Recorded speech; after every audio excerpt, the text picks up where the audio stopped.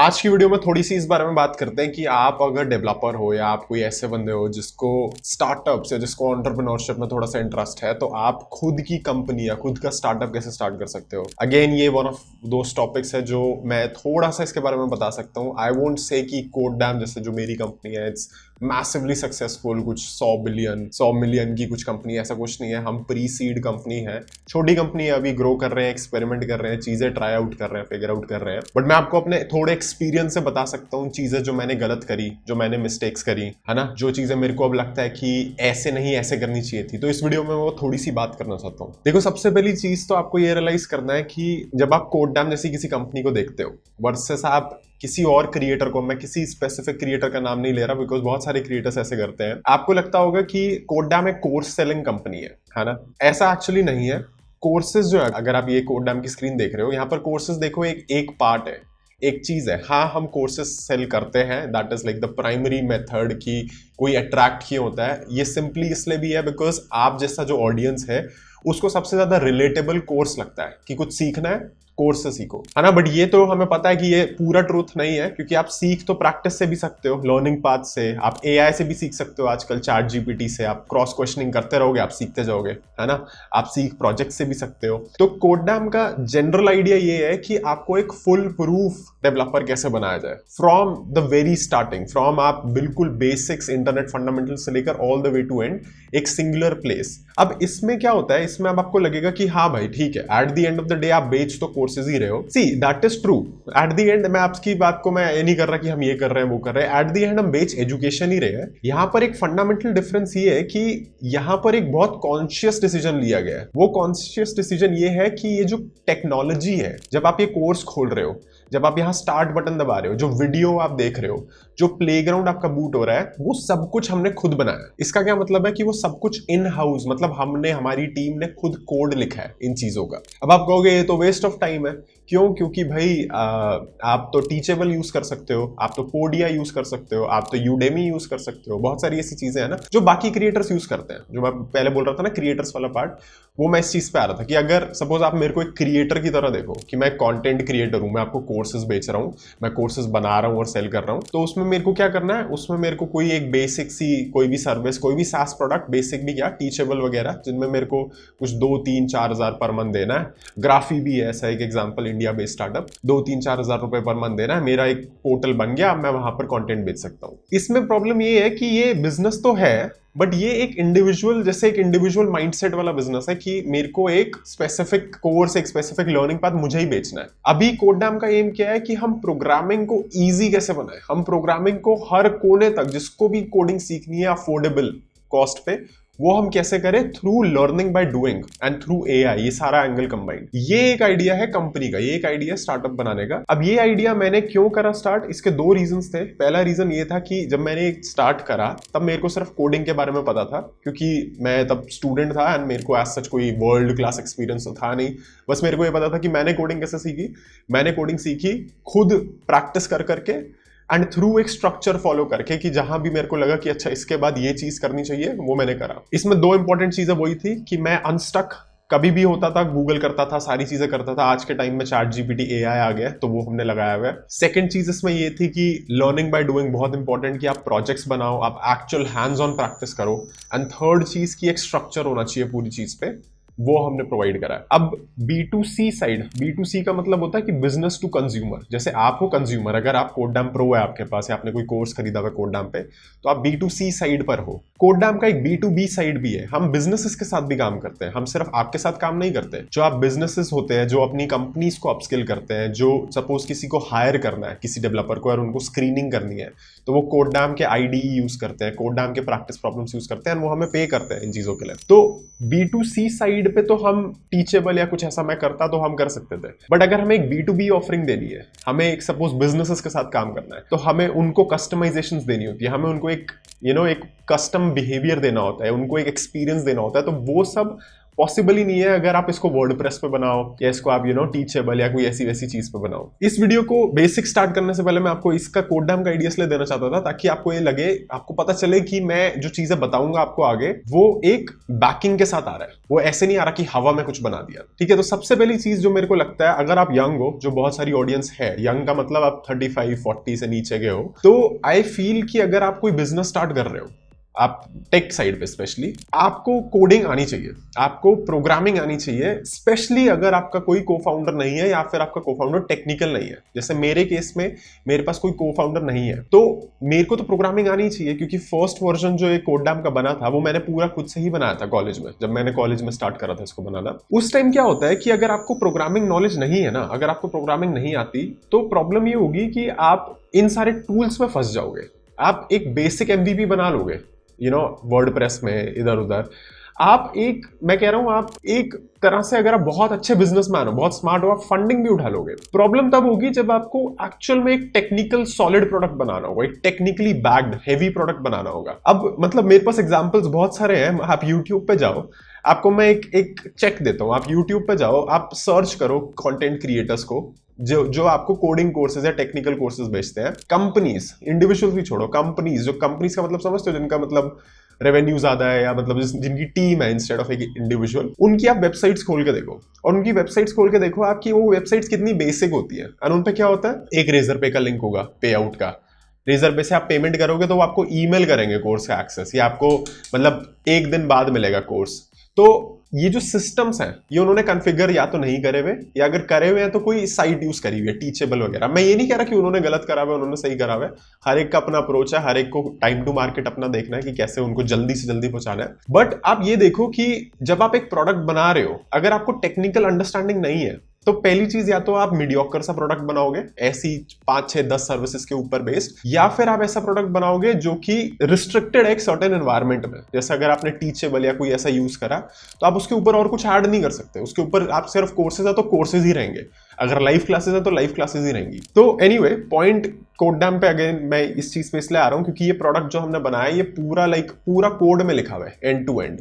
ऐसा नहीं है कि इसमें कोई CMS यूज हो रहा है, इसमें कोई प्राउड वाली बात नहीं है। ये ऐसा नहीं है कि भाई हमने कोड में लिखा है तो बड़ी चीज हो गई, ऐसा नहीं है। आप भी कोड में लिख सकते हो, बट आप बेकार भी लिख सकते हो, आप अच्छा भी लिख सकते हो। पॉइंट ये है कि अगर आपको प्रोग्रामिंग नहीं आती और आप टेक्निकल स्टार्टअप स्टार्ट कर रहे हो, तो you will face a lot of trouble in customisations. आप MVP तक बना लोगे, बेसिक आप बना लोगे, अगर बहुत अच्छे बिजनेसमैन हो, आप शायद सीड राउंड वगैरह भी कुछ रेस कर लो, लेकिन उसके बाद आपको प्रोग्रामर किसी ना किसी CTO या किसी एक हाई उसको बंदे को हायर करना ही पड़ेगा अगर आप नॉन टेक्निकल हो। एंड उसमें प्रॉब्लम ये है कि आप अगर खुद नॉन टेक्निकल हो तो आपको कैसे पता चलेगा कि सामने वाला बंदा अच्छा है या नहीं है? क्योंकि ये चीज मैंने खुद के साथ मार्केटिंग डोमेन में देखी है। खुद के साथ मैंने ये देखा है कि मैं ये नहीं बता पाता कि कोई मार्केटिंग में कैसा है या कोई मतलब नॉन टेक डोमेन साइट्स पे कैसा है, क्योंकि लोग कॉल पे तो बहुत कुछ बोल सकते हैं, बट उनका काम आपको फटाफट इवैल्यूएट, फटाफट असेस करना होता है। ठीक है, तो जब आप बिजनेस स्टार्ट कर रहे हो, जब आप कोई भी टेक्निकल चीज कर रहे हो, आई थिंक कि अगर आप इस माइंडसेट से स्टार्ट कर रहे हो कि आपको कुछ टेक साइड पे बनाना है, तो आई वुड से कि आप थोड़ा सा कोडिंग सीखो, आप कोडिंग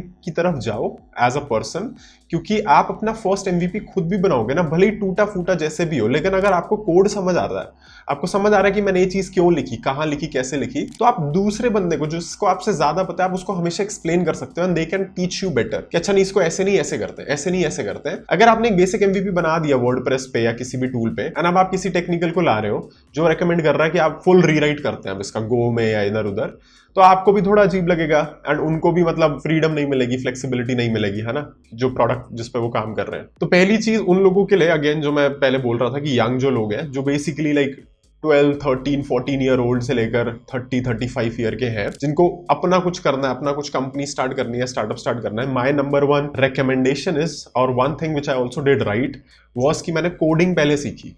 मैंने कोडिंग सीखी, उसके बाद मैंने सोचा कि ऐसा कुछ प्रोडक्ट बनाते हैं, कुछ ऐसी चीज बनाते हैं जो बन सके, मैं खुद भी बना सकूं। ठीक है, नंबर 2 जो आई थिंक मतलब मैंने एग्जैक्टली ऐसी कोई गलती तो नहीं करी, but I have realise this from थोड़ा सा मेरा ये मिस्टेक वाला पॉइंट मैं आपको बताता हूं, कि अगर आपको लगेगा कि जो हायर करना है ना, एंड आपको बहुत लोग बोलेंगे कि आप 4 लोगों को हायर कर लो, प्रोडक्ट को हायर कर लो, किसी प्रोडक्ट पर्सन को, किसी सोशल मीडिया को, किसी XYZ, आप एक टीम साइज बना लो 10-15 लोगों का। मेरे हिसाब से one of the biggest misconceptions is कि team size is proportional to team productivity. ऐसा कुछ भी नहीं है। आपकी टीम इनफैक्ट बहुत छोटी भी हो सकती है एंड बहुत ज्यादा पावरफुल भी हो सकती है, गिवन दैट टीम में राइट लोग हैं। ये चीज फॉर्चुनेटली और अनफॉर्चुनेटली, मतलब मेरे को पता नहीं है, बट ये चीज मैंने भी एक्सपीरियंस करी है through a lot of people जिनके साथ मैंने काम करा कंपनी में, एंड आई फिगर्ड आउट, जैसे मार्केटिंग साइड पे या नॉन टेक साइड पर भी थोड़ा सा मोर स्ट्रांगली, कि a lot of people आपको पता नहीं चलता जब तक आप उनके साथ काम नहीं करते कि वो कैसा काम कर रहे हैं, कैसा काम नहीं कर रहे। तो इनफैक्ट मतलब इसका मतलब बेसिकली ये है कि ऐसा जरूरी नहीं है कि अगर आपकी टीम में 5 डेवलपर्स हैं तो आप 6 डेवलपर ऐड करोगे तो प्रोडक्टिविटी इंक्रीज होगी। बहुत बार ऐसा हो सकता है कि प्रोडक्टिविटी नेट सेम भी रहे। अब आप कहोगे कि ये कैसे हो सकता है? ये ऐसे हो सकता है कि सपोज इसके भी दो चीजें हैं, इसके आपको दो तरीके में बताता हूँ कि सपोज या तो एक चीज है कि आपने जो डेवलपर नया अप्लाई वो अप टू मार्क नहीं है, तो उनको ट्रेनिंग, उनको एसेस करने में किसी और सीनियर डेवलपर का टाइम जा रहा है ना, उनको वो ट्रेन कर रहे हैं, उनका हर पीआर चेक कर रहे हैं, बता रहे हैं। सेकंड चीज तब हो सकती है ये कि अगर आप कोई और डेवलपर ले आए जो कि है तो बहुत अच्छा, लेकिन उसका मतलब उनका करने का तरीका कुछ अलग ही है फ्रॉम द टीम, तो उसमें क्या होता है, उसमें ज्यादा टाइम वेस्ट होगा कॉन्फ्लिक्ट्स में, क्योंकि वो अलाइनमेंट नहीं हुई कि उनको करना है सपोज गोलांग में, आपको करना है टाइपस्क्रिप्ट में, उनको करना है सपोज जावा में, आपको करना है रूबी में, उनको किसी और स्टैक पसंद है, उनको गूगल क्लाउड चाहिए, आपको AWS चाहिए, तो ये वाले कॉन्फ्लिक्ट्स हो सकते हैं। तो मतलब ये थोड़ा रेयर साइड पर है। जो फर्स्ट वाला होता है वो ज्यादा कॉमन है कि आप किसी नीचे मतलब कम स्किल्ड वाले बंदे को किसी ज्यादा स्किल्ड वाले के साथ रख रहे हो एंड आपका प्रोडक्टिविटी थोड़ा नेट सेम ही रहा, क्योंकि उनका थोड़ा टाइम वेस्ट हो गया सीनियर वाले का जूनियर वाले को ट्रेन करने में। तो long story short, second learning के बारे में कि आपका टीम साइज जो है वो it's not proportional to your team productivity. आप अपने लोगों को देखो ध्यान से कि कौन बंदा किस चीज को फुली ओन कर पा रहा है। अब वो कुछ भी हो सकता है, वो सेल्स हो सकता है, वो टेक हो सकता है, वो कस्टमर आउटरीच हो सकता है, वो बेसिक चीजें भी हो सकता है कि somebody who's just ऑफिस में अगर इफ एनीवन नीड्स एनीथिंग, बहुत बेसिक एग्जांपल दे रहा हूं कि अगर आप सपोज इनिशियल चीजों में है, कोई आपके ऑफिस का पेपर वर्क कर पा रहा है, सारी लीगल चीजों का साइड रख पा रहा है, सारे एडमिनिस्ट्रेटिव काम कर पा रहा है, that is also okay initial stages में। जैसे जैसे अब कंपनी ग्रो करेगी आप फिगर आउट कर लोगे कि इनकी प्लेस यहां से बेटर वहां है, किसी और जगह है ना। तो सेकेंड चीज जो मेरी ये है कि आप एकदम से अपनी टीम साइज एकदम बड़ा मत करो, कि आप ऐसे मत करो कि आपके पास अगर 1-2 को फाउंडर हैं तो आपने डिसाइड करा कि यार हम 5 लोगों को और हायर कर लेते हैं, ये मार्केटिंग पर्सन हो गया, ये प्रोडक्ट पर्सन हो गया, ये हो गया, वो हो गया। नहीं, आप अगर फाउंडर हो, आप अगर को फाउंडर हो कंपनी के, product and marketing, I feel personally जब तक आप उस बोट को, उस गाड़ी को धक्का लगाना शुरू ना कर दो ना, तब तक वो आपका ही काम है। आप जब किसी टीम में ला रहे हो, किसी बंदे को ला रहे हो, तो इट्स बेटर, मतलब मैं ये assumption के साथ कह रहा हूँ कि आपके पास इनफाइनाइट पैसा नहीं है, विच आई एम अज्यूमिंग मोस्ट लोगों के पास नहीं होता व्हेन दे स्टार्ट। अगर आपके पास है तो आप एक्सपर्टीज बाय कर सकते हो, कंसल्टेंसी बाय कर सकते हो, बट अगर आपके पास नहीं है तो hiring more people won't solve your problem, because hire करने से पहले आपकी एक प्रॉब्लम थी कि आपको वो चीज पे you needs to work on that. Hire करने के बाद आपकी 2 प्रॉब्लम्स है, क्योंकि आपको उस चीज पे तो काम करना ही है, चाहे आप करो या कोई और करे, and then you also have to assess that person जो काम कर रहा है अब, कि if they are doing the right thing और नॉट। तो hiring is a tricky thing which I have learned so फार।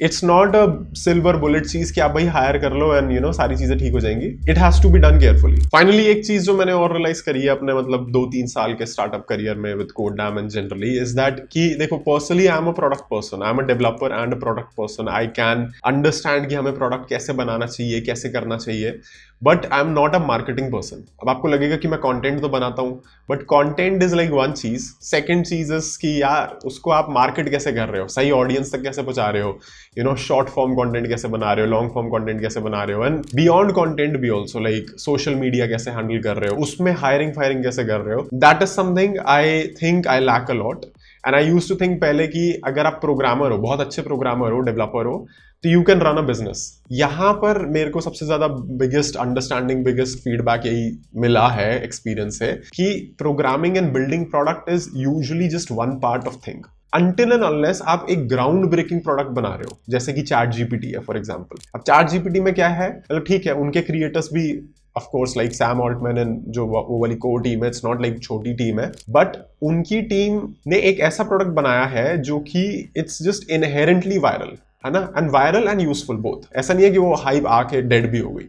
कुछ प्रोडक्ट्स होते हैं ना जो पास्ट में भी आए थे, जैसे हाइप आई और फिर 1 हफ्ता 1 महीने बाद डेड हो गई, जो एनोनिमस वो क्वेश्चंस वाली एप्स होती हैं जैसे फॉर एग्जांपल। तो या तो आपका प्रोडक्ट वैसा हो कि आप ग्राउंड ब्रेकिंग रिसर्च पे कुछ प्रोडक्ट बना रहे हो, विच इज वेरी रेयर, तो chances are I mean very probabilistically अगर आप किसी ऐसे बिजनेस पे काम कर रहे हो तो उसके most likely alternatives in one way और अनदर है, ठीक है। तो आपको मार्केटिंग, आपको अपनी ब्रांडिंग पे सबसे ज्यादा ध्यान देना है, विच आई फील कि इवन कोडडैम पे हमने बहुत टाइम नहीं करा। हम क्या कर रहे हैं, हम प्रोडक्ट को ज्यादा रिफाइन कर रहे हैं, हम प्लेग्राउंड्स बना रहे हैं, हम आईडीज बना रहे हैं, हम कंटेंट पे थोड़ा बहुत ध्यान दे रहे हैं, हम सारी चीजें वो वाली कर रहे हैं जो प्रोडक्ट ड्रिवन है। मार्केटिंग पे आई हैव ऑल्सो रियलाइज्ड कि इट्स एन इंपॉर्टेंट चीज एंड आपको वो रीच आउट, आपको वो फेस बनना पड़ता है।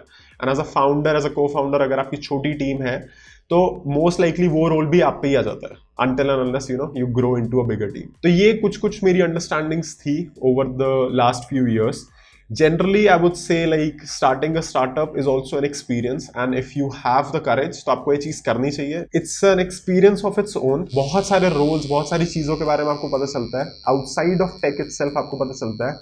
And I think मतलब जो प्रोग्रामर्स हैं, जो डेवलपर्स हैं हु कैन कोड प्रोडक्ट्स, उनके लिए इट्स अ आई ओपनिंग चीज, बिकॉज अनटिल अनलेस आप किसी छोटे स्टार्टअप में ही काम कर रहे हो जहां you get a lot of visibility into process कि क्या हो रहा है, आपको बहुत सारी चीजें पता चलेंगी। अगर आप अगर if you are 1 in 500 developers in a big MNC, आपको पता ही नहीं है ब्रो कि चलती कैसी है चीजें, आपको पता ही नहीं है कि कंपनीज कैसे बनती हैं, प्रोडक्ट डिविजन्स क्या होते हैं, सेल्स क्या होता है, रेवेन्यू क्या आता है, क्या नहीं आता, कितना स्ट्रगल होता है, कितनी चीजें होती है। तो मतलब I think once in a lifetime एक अच्छे डेवलपर को तो एक स्टार्टअप में भी काम करना चाहिए just to get the hang of कि चीजें चलती कैसे है। And if you have like if you are financially sound and कर सकते हो तो you should also maybe take a leap of faith and एक अच्छा स्टार्टअप आपको भी करना चाहिए, एटलीस्ट ट्राई करना चाहिए। You don't know what happens. ठीक है, तो इस वीडियो को यहीं तक रखते हैं। That's all for this one. आपसे मिलता हूं मैं अगली वीडियो में। नीचे कमेंट्स में मेरे को बताओ कि कैसा लगा एंड बात करते हैं फिर जल्दी।